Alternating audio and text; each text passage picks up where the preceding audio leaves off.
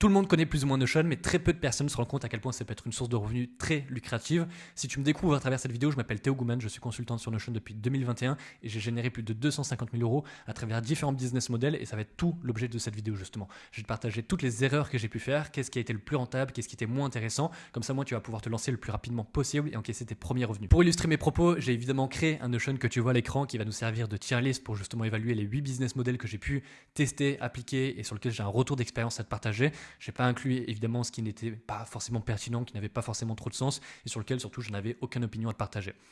On va donc classer sous 4 manières. On va voir ce qui est masterclass selon moi, celui qui est top mais il faut être bon dans certains domaines, ce qui est pourquoi pas, dans le sens où si tu as un avantage concurrentiel, ça peut être une bonne opportunité, mais de manière générale, il faut quand même l'exclure, et ce qui est complètement nul. Sans perdre de temps, on va directement rentrer dans le vif du sujet avec le premier business model que j'ai pu appliquer. C'est d'ailleurs le premier avec lequel j'ai pu générer mes premiers 10 000 euros, qui est la vente directe de templates. Pour expliquer simplement ce business model, il est assez simple. En réalité, tu vas créer un Notion qui est standardisé, qui répond aux problèmes précis d'une audience et tu vas le distribuer au maximum de personnes. Moi, par exemple, dans mon cas, j'ai commencé la création de contenu sur LinkedIn et directement, j'ai été suivi par des freelances, des indépendants, etc. Et donc, le premier template que j'ai pu lancer, c'était tout simplement Freelance OS. C'était un template qui permettait de gérer tes projets, tes tâches, tes clients et c'était un template que je vendais à 55 euros. Alors, c'était bien parce que c'était des ventes quasiment automatiques, mais justement, tu vas voir que ça représente justement un des plus gros problèmes. Mais avant de t'expliquer en détail ce point, on va déjà voir quels sont les avantages de ce business model. Déjà, dans un premier temps, ce qui est assez indéniable, c'est que tu capitalises sur une valeur que tu as créée une fois. Dans le sens où, dans un premier temps, ton rôle, ça va être de tout simplement créer le template. Dans le sens où tu vas identifier une problématique cible pour une audience cible que tu peux accéder et à qui tu peux vendre. Et à l'issue de ça, tu vas tout simplement leur faire tester. Tu vas lancer par exemple un programme de bêta dans lequel tu vas proposer un prix préférentiel, dans lequel ils vont te faire leur retour. Ça va te permettre de valider justement que le template apporte vraiment de la valeur. Et après, à l'issue des prochaines années, tu vas pouvoir le vendre en continu. Alors je sais que dit comme ça paraît sexy pour pas mal de personnes. Ils disent super, je vais créer une fois un template Notion et je vais pouvoir le vendre au cours des prochaines années. Ce qui n'est pas complètement faux, mais ce qui n'est pas complètement vrai dans le sens où ce qui est intéressant, c'est que tu as une vraie liberté de temps. Tu ne dépends pas de ton agenda, tu n'as pas de call avec des clients ou quoi que ce soit, mais ça crée pas des revenus passifs à 100%. C'est ce que j'appelle plutôt des revenus semi-passifs pour les raisons que tu vas voir qui sont des vrais inconvénients. Le gros goulot d'étranglement selon moi dans ce business, c'est que tu as besoin d'avoir une grosse ingénierie niveau business. C'est-à-dire que Jean-Pierre qui aura acheté une fois ton template, dans 2 mois il va pas revenir acheter une deuxième fois ce template. Il en a pas besoin. Ce qui veut dire que tous les mois c'est la course aux nouveaux prospects qui pourraient acheter ton offre et c'est franchement épuisant. Parce qu'en plus de devoir trouver des nouveaux prospects pour ton offre, tu vas devoir trouver des nouveaux produits en continu pour alimenter justement ta LTV et faire en sorte que le Jean-Pierre qui avait acheté un template il y a 2 mois pourrait racheter un autre produit. Mais au bout d'un moment, tu as trouvé tous les problèmes que tu pouvais répondre. Donc tu vas pas créer non plus 1 milliard de templates. Tu finis capé et donc tes revenus sont limités. Alors même si je regrette absolument pas d'avoir vendu des templates à mes débuts et qu'il y a autant d'avantages que d'inconvénients, pour moi c'est clairement pas la meilleure des idées. C'est pour cette raison que je vais le mettre dans le business des nuls parce que tout simplement il y a beaucoup plus d'argent à faire ailleurs. Passons dorénavant au business model qui est le suivant, qui est la formation B2C. Alors même si ça peut paraître un peu bizarre de l'inclure dans cette liste parce qu'au final Notion ça reste un outil professionnel, il y a quand même des formations que j'ai pu voir sur le marché qui existaient et qui s'adressaient à des particuliers qui voulaient mieux organiser leur quotidien. Alors sur le papier on retrouve plus ou moins les mêmes avantages dans le sens où tu capitalises sur une valeur que tu as créée une fois, c'est-à-dire que tu vas passer pas mal d'heures au début à tourner tes formations, à tourner tes vidéos, tes modules, etc. Après derrière tu vas pouvoir créer des revenus semi-passifs. J'insiste vraiment sur le terme de semi-passif parce qu'il faut arrêter de croire à tout bout de champ comme on peut dire sur YouTube de oui tu crées une fois ton produit en ligne, tu crées une fois ta formation en ligne et tu as des ventes en tonne automatique. Ça c'est complètement de la connerie. Dans le sens où tu as toujours des clients qui te poseront des questions, tu auras toujours des choses à corriger, à améliorer, etc. Et surtout tu dois faire en sorte de vendre ta formation.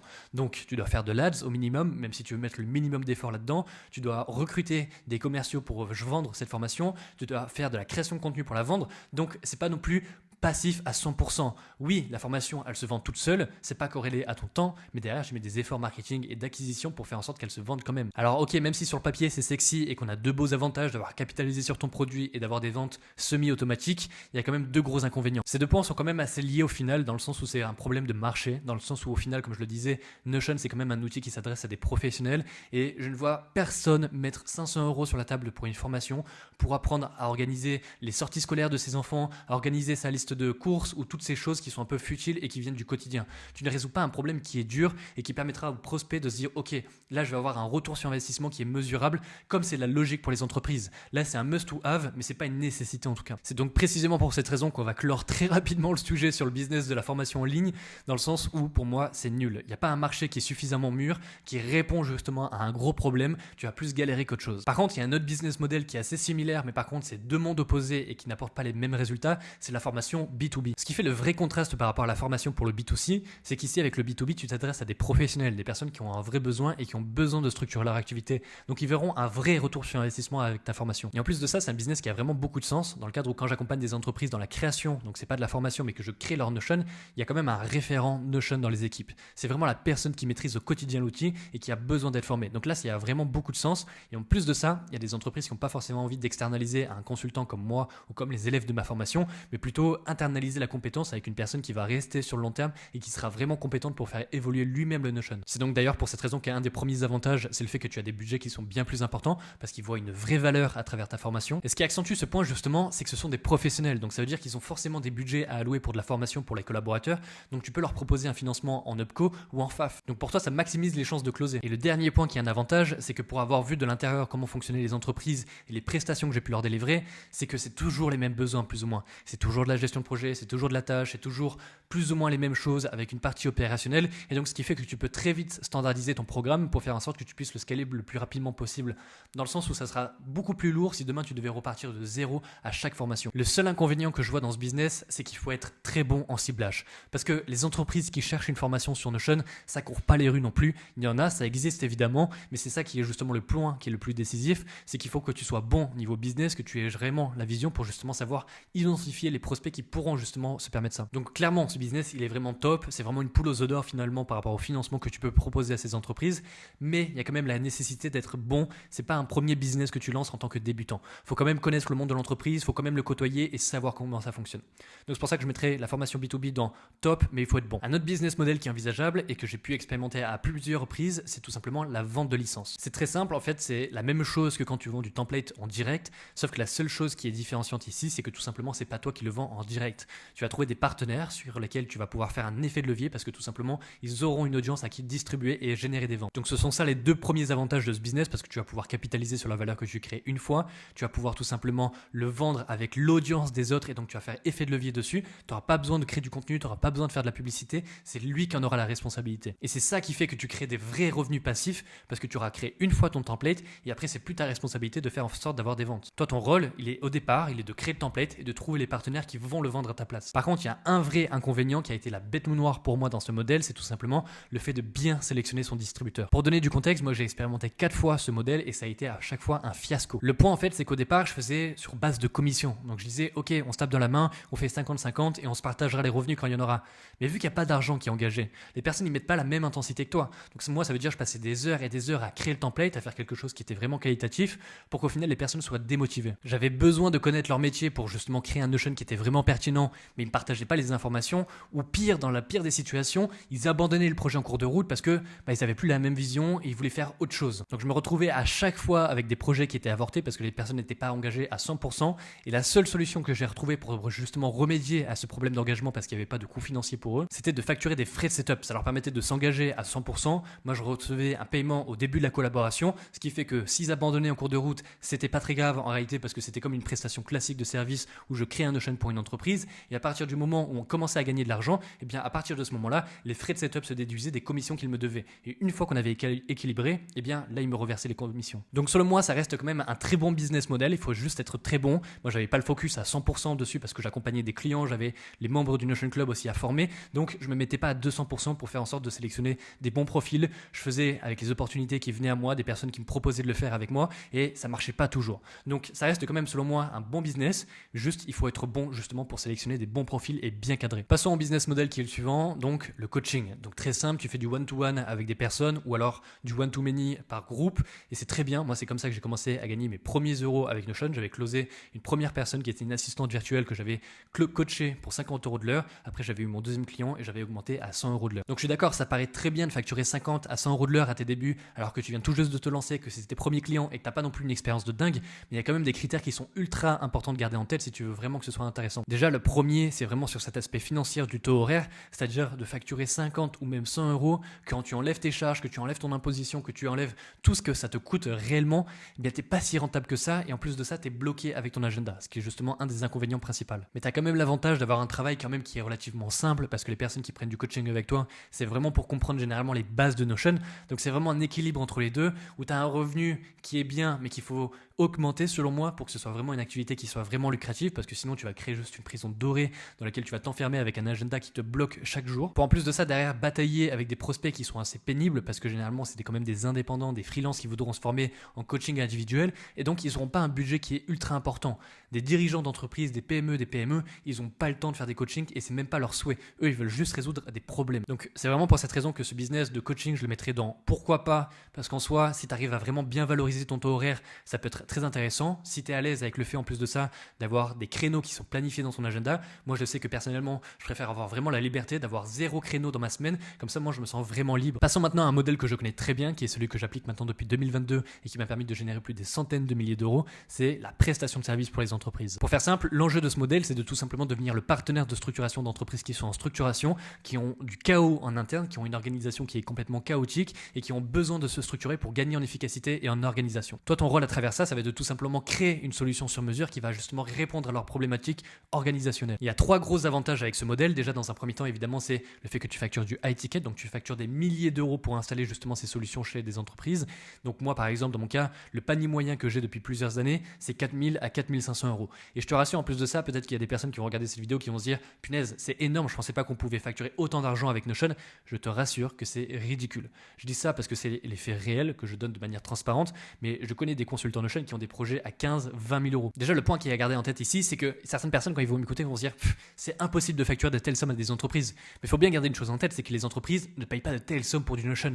En réalité, c'est pas ça la finalité. La finalité, c'est tout simplement d'avoir une meilleure organisation, de résoudre des problèmes de chaos, de gagner en efficacité, en temps, etc., etc. Et ça rapporte de l'argent, ça rapporte du temps pour les entreprises. C'est ça la finalité qu'ils cherchent. Et Notion, c'en est juste un véhicule qui permet d'atteindre cet objectif. Donc quand tu permets à un dirigeant d'économiser peut-être 20, 40 heures par mois, qui lui permet de réinvestir ses efforts dans de la partie commerciale et gagner de nouveaux clients et avoir une meilleure clarté, crois-moi que 5 000 euros, c'est pas si cher que ça au final. Donc déjà, ça c'était le premier point sur l'avantage de faire du high ticket, c'est que tu factures des sommes qui sont directement importantes. Donc t'as pas besoin de courir à avoir des centaines et des centaines de clients comme avec la vente de templates direct, parce que tu as un coût qui est à 50, 100 euros. Donc tu dois avoir beaucoup de clients pour justement gagner bien ta vie. Là, un seul projet peut te rapporter des milliers d'euros directement. Mais surtout, ce qui est encore plus valorisable, et en tout cas moi ce que je trouve qui est ultra riche, c'est que les personnes qui ont les moyens de te payer 5 000 euros pour un Notion, c'est pas les petits freelances, c'est des dirigeants d'entreprise qui font des millions par an. Donc tu rentres au cœur d'une entreprise qui fait beaucoup d'argent, qui a compris beaucoup de choses et tu es en relation avec des entrepreneurs assez intéressants. Si je prends mon cas par exemple, la deuxième cliente que j'ai closée en coaching,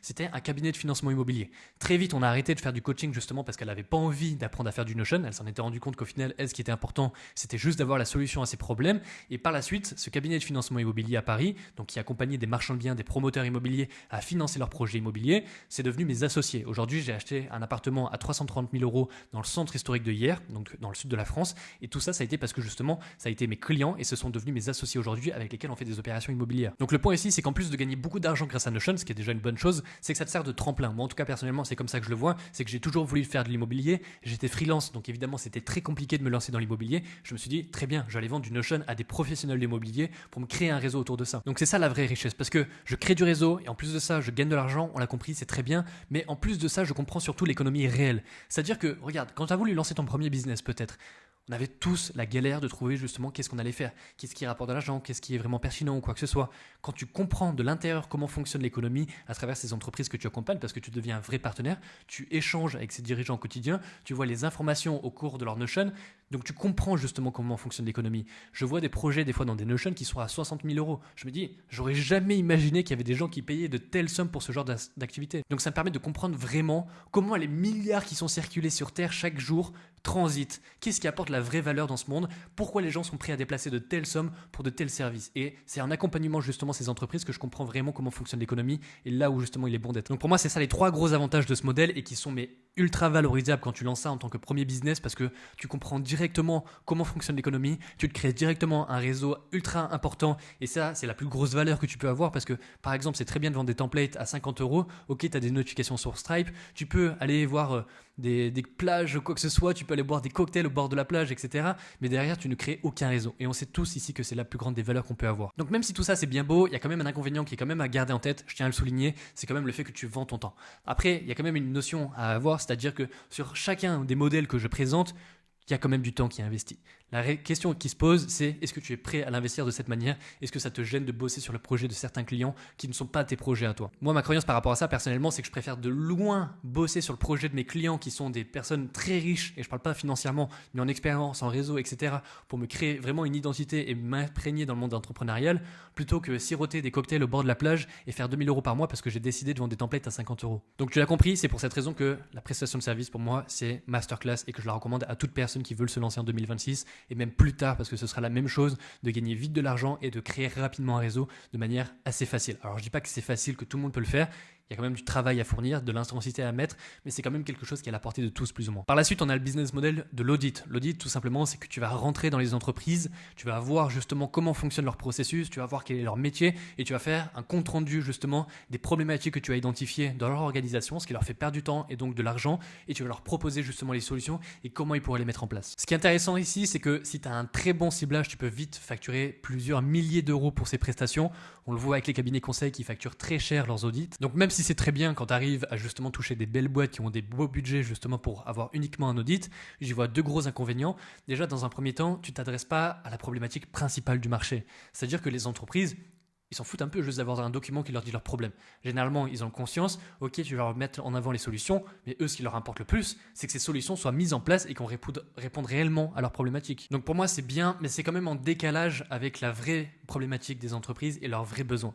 Il y a quand même beaucoup plus d'entreprises qui ont besoin qu'on leur mette en place un Notion, qui structure leur activité, qui leur fait gagner du temps, plutôt que d'avoir juste un document qui leur dit voilà leurs problèmes, voilà les solutions. Pour simplifier, évidemment, les audits sont parfois un peu plus détaillés que ça. Et c'est ce qui en fait justement la deuxième problématique, c'est que je trouve que si tu veux faire un travail qui est vraiment qualitatif et livrer de belles livrables, il faut vraiment avoir un processus qui est lourd et qui est long. Parce que tu vas devoir auditer chaque service de l'entreprise, tu vas devoir faire une synthèse, tu vas devoir résumer. Bref, c'est beaucoup de travail, c'est très lourd et c'est très long. Donc c'est pour cette raison que personnellement, l'audit, je le mettrais en pourquoi pas, parce que je vais pas te dire que c'est nul, parce que si tu arrives à bien le faire, ok, tu vas gagner beaucoup d'argent, mais je ne suis pas quand même convaincu à 100% parce que selon moi, la vraie valeur que tu délivres aux entreprises, c'est pas juste un audit, c'est la solution à leurs problèmes. Pour terminer cette tier list, le dernier modèle que j'ai à te présenter, c'est tout simplement l'affiliation. L'affiliation, c'est tout simple, c'est que Notion eux-mêmes ont un programme dans lequel tu peux encaisser jusqu'à 50 $ par inscription activée.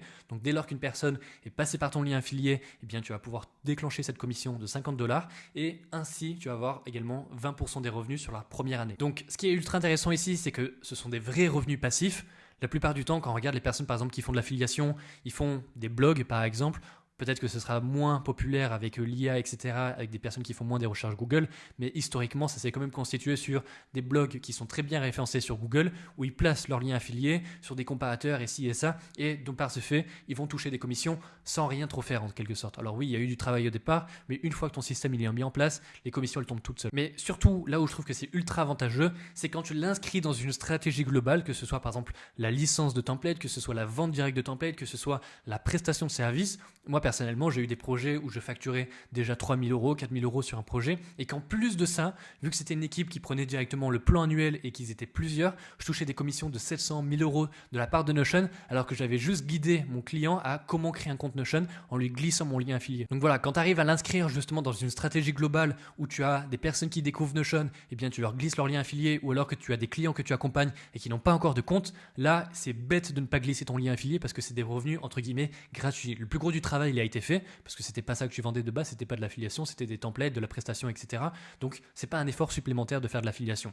C'est ça justement qui est un peu la problématique, c'est que si tu veux miser sur ces revenus, il faut quand même drainer beaucoup de personnes justement pour qu'ils passent par ton lien, qu'ils payent et donc ça déclenche les commissions. Donc c'est pour cette raison que pareil, ce business d'affiliation, je le mettrais en pourquoi pas parce que c'est pas quelque chose qui est complètement nul, ça rapporte de l'argent, c'est pas un gros effort et ça peut dans certains cas, comme ça a été le mien, rapporter des belles commissions directement, mais il faut pas miser non plus dessus à 200%. Ce sera jamais un business principal, c'est vraiment dans une stratégie globale que tu vas mettre ton lien affilié. Donc voilà, tu l'as compris à travers cette vidéo, le business model selon moi qui a plébiscité, c'est vraiment la prestation de service pour les différentes raisons que j'ai pu évoquer. C'est d'ailleurs la raison pour laquelle j'ai créé le Notion Club. En mars 2022, j'ai atteint un plafond de verre qui était celui du freelance qui avait beaucoup trop de projets. Je faisais beaucoup de création de contenu sur LinkedIn, ça m'a apporté beaucoup de projets, c'était très bien, j'étais content, je gagnais beaucoup d'argent, mais je refusais, et c'est encore le cas aujourd'hui, des prospects qui avaient besoin d'un Notion. C'est pour ça que le Notion Club est là, il t'accompagne justement à lancer ta carrière de consultant Notion. On te forme de A à Z avec des appels illimités, des coachings et une formation complète justement pour que tu puisses développer toutes tes compétences autour de Notion et que tu puisses très vite atteindre les 5 000 euros par mois grâce à ce modèle. Donc si c'est quelque chose qui peut t'intéresser, je te laisse cliquer sur le premier lien dans la description. C'est justement un appel de candidature pour voir si les profils qui pourraient être intéressés par le Notion Club matchent avec les profils dont j'ai besoin pour mon équipe et qui souhaiteraient se lancer en tant que consultant Notion. Donc pareil, si tu es de l'autre côté en étant dirigeant d'une entreprise qui a besoin de se structurer pour gagner en efficacité et ne pas être freiné dans sa croissance, il y a le deuxième lien en description pour qu'on puisse échanger personnellement toi et moi et voir s'il y a vraiment de la pertinence de structurer ton activité avec Notion. Ce sera soit moi, soit des membres de mon équipe justement qui pourront t'accompagner. En tout cas, quelle que soit l'intention à travers cette vidéo, je te remercie de m'avoir écouté jusqu'à maintenant et je te dis à très vite.